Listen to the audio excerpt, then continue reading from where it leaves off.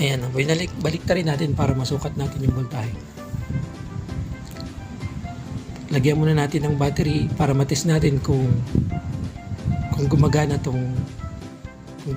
yung circuit board. Nag-on siya.